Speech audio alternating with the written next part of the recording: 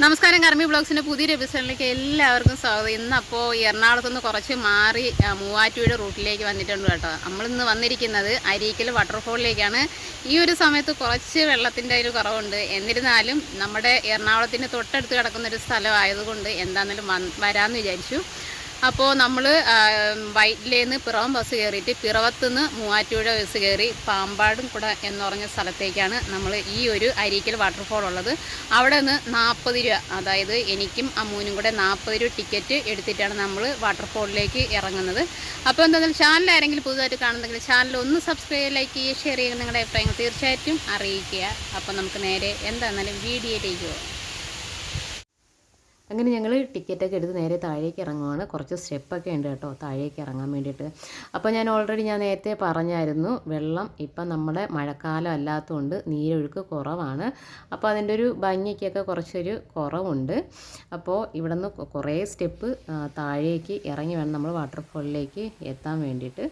അപ്പോൾ പക്ഷേ ഒരു കാര്യമെന്ന് പറഞ്ഞിട്ടുണ്ടെങ്കിൽ, നമ്മുടെ ഈ കുട്ടികൾക്ക് വെള്ളത്തിൽ കളിക്കാൻ ഇഷ്ടമുള്ള കുഞ്ഞുങ്ങൾക്കൊക്കെ ഈ ഒരു സമയം എന്താണെന്നാലും നല്ലതാണ്. കാരണം കണ്ടില്ലേ, ഈ ഒരു സ്ഥലത്തൊക്കെ ഞങ്ങൾ നോക്കുമ്പോഴേക്കും കുറച്ച് ഫാമിലി കുറേ കുട്ടികളെ കൊണ്ടുവന്നിട്ട് ഈ ഒരു സ്ഥലത്തൊക്കെ നിർത്തിയിട്ട് കുട്ടികളെ വെള്ളത്തിൽ നിർത്തി കളിപ്പിക്കുന്നത് കണ്ടായിരുന്നു. പക്ഷേ നല്ല നീരൊഴുക്കുള്ള സമയത്ത് നമുക്ക് മുതിർന്നവർക്ക് പോലും എന്താ വെച്ചാൽ നമുക്ക് ആ വെള്ളത്തിലേക്ക് ഇറങ്ങാൻ പറ്റില്ല. അത്രയ്ക്ക് ഫോഴ്സിലായിരിക്കും വെള്ളം വരുന്നത്. ആ വെള്ളച്ചാട്ടത്തിൻ്റെ ഒരു പ്രഷറും അത്രയായിരിക്കും. ഇപ്പം ഒത്തിരി വെള്ളം കുറവായതുകൊണ്ടാണ് ഞങ്ങളും നേരെ അങ്ങോട്ടത്തേക്ക് പോകുന്നത്. അപ്പം വെള്ളമൊക്കെ നല്ലപോലെ ഉള്ള സമയത്ത് നമ്മുടെ മുതിർന്ന, അതായത് ആൺകുട്ടികളൊക്കെ ആയിരിക്കും ഏറ്റവും കൂടുതൽ സാഹസ്യം കാണിക്കുന്നത്. പക്ഷേ ഈ കാണിക്കുന്നത് പോലെ ഒരു കാരണവശാലും ആ സമയത്ത് വെള്ളത്തിലേക്ക് ഇറങ്ങരുത്. കാരണം നമുക്കിപ്പം വെള്ളം ഇല്ലാതിരിക്കുന്ന ഒരു സമയത്ത് ആ ഒരു പാറയുടെ ഇടുക്കുകളും എത്രത്തോളം പിന്നെ കുണ്ടും കുഴിയൊക്കെ ഉണ്ടെന്നുള്ളത് നമുക്ക് മനസ്സിലാവും. അപ്പോൾ വെള്ളം ഇങ്ങനെ ശരിക്കും ശക്തമായിട്ട് ഒഴുകുന്ന സമയത്ത് നമുക്ക് ഇതിൻ്റെ ഒരു ഡേഞ്ചർ ഒരു അവസ്ഥ നമുക്ക് മനസ്സിലാവത്തില്ല. അപ്പോൾ അതുകൊണ്ട് വരുന്ന ബോയ്സൊക്കെ വെള്ളം നല്ലപോലെ ഉള്ള സമയത്ത് അധികം അതിനകത്തേക്ക് ഇറങ്ങാതിരിക്കുക. വെള്ളം ഇല്ലാത്ത സമയത്ത് എൻജോയ് ചെയ്യാൻ പറ്റിയൊരു സ്ഥലമൊക്കെയാണ് കേട്ടോ. ഞങ്ങൾ എന്താണെന്നാലും ഒത്തിരി, പിന്നെ മെയിനായിട്ട് പറയാനുള്ള ഒരു കാര്യം എന്ന് പറയുമ്പോൾ, ഞങ്ങളും ഒത്തിരി ഇപ്പോൾ അമ്മ പോകുന്ന വെള്ളച്ചാട്ടത്തിൻ്റെ അടുത്തേക്ക് അവിടെ ഭയങ്കര ഒരു കുഴി പോലെയാണ്. ഞാൻ നേരത്തെ പറഞ്ഞതുപോലെ ആ വെള്ളം പ്രഷർ ചെയ്ത് വരുന്ന സമയത്തൊന്നും നമുക്കവിടെ ഇറങ്ങാൻ പറ്റത്തില്ല. പക്ഷേ ഇങ്ങനെ നടന്നു പോകുന്ന സമയത്ത് നല്ല വഴുക്കലാണ്. ഒരു വീഴ്ച അമ്മു വീണ് അത്യാവശ്യം കാലിന് ചെറിയ ഒരു മുറിവൊക്കെ പറ്റി. അപ്പോൾ അതിൽ കൂടെ നടക്കുന്ന സമയത്ത് വളരെ ശ്രദ്ധിച്ച് വേണം. പാറ നല്ല പോലെ വഴി കിടക്കുന്ന ഒരു പായലിൻ്റെ ഒരു ഇതിനകത്തേക്ക് കിടക്കണം. കുഞ്ഞുങ്ങളെ കൊണ്ട് പോകുന്ന സമയത്താണെങ്കിലും നല്ലപോലെ ശ്രദ്ധിക്കുക.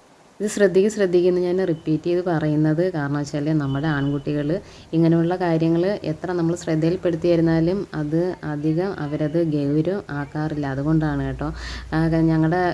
ഞാൻ അങ്ങനത്തെ ഒരു വീഡിയോ ചെയ്തിട്ടുണ്ടായിരുന്നു. കാരണം ഞങ്ങളുടെ നാട്ടിൽ തന്നെ എന്താ പറയുക, ഇതുപോലെ ഒരു പാറയുടെ പൊക്കത്ത് നിന്ന് പാറക്കുളത്തിലേക്ക് ചാടിയിട്ട് ശരിക്കും ഷാർപ്പായിട്ട് ഉള്ളിലേക്ക് കിടന്ന ഷാർപ്പായിട്ടുള്ള പാറ കറക്റ്റ് നെറ്റിയുടെ സെൻറ്ററിലേക്ക് കയറി പോവുകയും ചെയ്ത് ആ കുട്ടി മരണപ്പെട്ടു.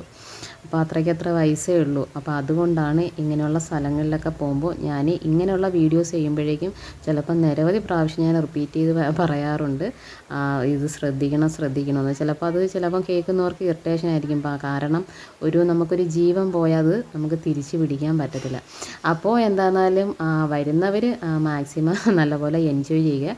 ഇപ്പോൾ നിങ്ങൾക്ക് ഇതിനകത്തൂടെ തന്നെ കാണാം, ഈ ഒരു വെള്ളം ഇല്ലാത്ത സമയത്തും അത്യാവശ്യം അവിടെ നിന്ന് വീഴുന്ന വെള്ളത്തിന് അത്യാവശ്യം ഒരു പ്രഷറും കാര്യങ്ങളും ഉണ്ട്.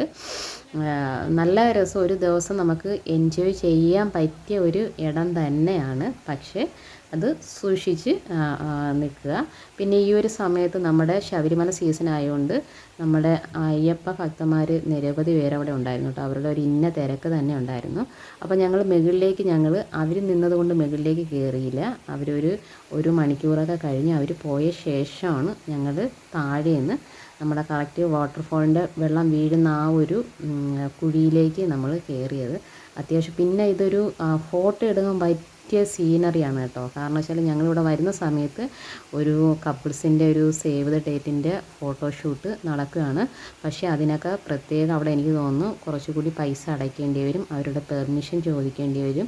കാരണം അവരോട് ചോദിക്കുന്നത് കണ്ടു. അപ്പോൾ എന്താണെന്നാലും സേവ് ദ ഡേറ്റൊക്കെ എടുക്കുന്നവർ അവിടെ പറഞ്ഞിട്ട് വരിക. നമ്മൾ അപ്പം അങ്ങനെ നമ്മുടെ അയ്യപ്പ ഭക്തന്മാരൊക്കെ പോയിട്ട് ഞങ്ങൾ അവിടേക്ക് ഇറങ്ങി. പക്ഷേ ഇറങ്ങുന്ന സമയത്ത് അത്യാവശ്യം ചെസ്റ്റോളം നമുക്ക് വെള്ളമുണ്ട് കേട്ടോ. ഈ ഒരു വെള്ളം ഒട്ടും ഇല്ലാതിരുന്ന ഒരവസ്ഥയിലും അത്യാവശ്യം ചെസ്റ്റിൻ്റെ അവിടം വരെ വെള്ളമുണ്ട്. പിന്നെയെന്ന് പറയുമ്പോൾ ഒരു അടിഭാഗം ഭയങ്കര ഡേഞ്ചർ സിറ്റുവേഷനാണ്. ഞാൻ നേരത്തെ പറഞ്ഞു, ചില സ്ഥലങ്ങളിൽ നല്ല കുഴിയായിട്ടുള്ള സ്ഥലങ്ങളായിരിക്കും, ചില സ്ഥലങ്ങളിൽ നല്ല അത്യാവശ്യം പാറ ഷാർപ്പായിട്ടുള്ളത്. അപ്പോൾ അതൊക്കെ ഭയങ്കരമായിട്ട് നിങ്ങൾ സൂക്ഷിക്കണം. ഒരു കാരണവശാലും പൊക്കത്തുനിന്ന് എടുത്ത് അങ്ങനെ ചാടുകയോ ഒന്നും ചെയ്യരുത്. കാരണം ഈ അടിവശം നല്ല പാറ കൊണ്ട് കിടക്കുന്നത്, അത് പല രീതിയിലും പല അവസ്ഥയിലുള്ള പാറകളായിരിക്കും. അതുകൊണ്ടാണ് കേട്ടോ ഞാൻ വീണ്ടും വീണ്ടും പറയുന്നത്. പിന്നെ ഞങ്ങൾ അവിടുന്ന് ജസ്റ്റ് ഞാനും അമ്മയും കൂടെ കൈ പിടിച്ച് കുറച്ച് ആ വെള്ളം ഒഴുകി വരുന്ന കറക്റ്റ് ആ വലിയ പാറയുടെ അങ്ങോട്ടത്തേക്ക് പോയി സൂക്ഷിച്ച് വേണം പോകാൻ. അവിടെയും പറയുന്നുണ്ട് ചെറിയ വഴുക്കലൊക്കെ ഉണ്ട്. അവിടെ ചെന്ന് ഞങ്ങൾ കുറേ നേരം അവിടെ ഇരുന്ന് കുറേ ഫോട്ടോസ് ഞങ്ങളെടുത്തു. ഷോർട്സ് ഇടാനുള്ള കുറച്ച് വീഡിയോസൊക്കെ അവിടെ ചെന്നിരുന്ന് ഞങ്ങൾ എടുത്തു. പിന്നെ മെയിനായിട്ട് ഈ ഒരു കുളത്തിൻ്റെ ഈ ഒരു സമയത്ത് ഒരു പ്രത്യേകത എന്ന് പറഞ്ഞാൽ ഞങ്ങൾ കാലൊക്കെ നീട്ടി കുറേ നേരം ഇരുന്ന് കേട്ടോ. കാരണം നമ്മുടെ ഫിഷിൻ്റെ ഒരു മസാജും കാര്യമൊക്കെ ഉണ്ടായിരുന്നു കേട്ടോ. ഒരു കൂട്ടം തന്നെ നമുക്ക് ഇങ്ങനെ കൈ വെച്ചിട്ട് നമ്മൾ കൈ വയ്ക്കുമ്പോഴേക്കും അത് ഓടിപ്പോകും. പക്ഷേ എന്നിരുന്നാൽ പോലും കൈ വെച്ച് പിടിക്കാൻ പറ്റത്തിന് കൂട്ടത്തിന് ഞാൻ നമ്മുടെ കാല് മൊത്തം ക്ലീൻ ചെയ്തു. അപ്പോൾ ഒരു അരമണിക്കൂർ ഞങ്ങൾ കാലൊക്കെ നീട്ടി അവിടെ ഇരുന്നു. അത്യാവശ്യം നല്ലപോലെ എൻജോയ് ചെയ്തു. ഞങ്ങളൊരു 4:30 ആയപ്പോഴാണ് ശരിക്കും ഞങ്ങളവിടെ നിന്ന് തിരിച്ചു പോരുന്നത്. ഏകദേശം പേരും അവിടെ നിന്ന ആളുകൾ ഏകദേശം പേരും ആ ഒരു സമയമൊക്കെ ആയപ്പോഴേക്കും തിരിച്ച് ഒരു 6 മണിക്കുള്ളിൽ എനിക്ക് തോന്നുന്നു അവിടെ നിന്ന് തിരിച്ചു പോരണം. അപ്പോൾ എന്താണെന്നാലും അടുത്തുള്ളവരൊക്കെ വരിക, എൻജോയ് ചെയ്യുക. നേരത്തെ പറഞ്ഞതുപോലെ സൂക്ഷിക്കുക. ചാനലൊന്ന് സബ്സ്ക്രൈബ് ചെയ്യുക.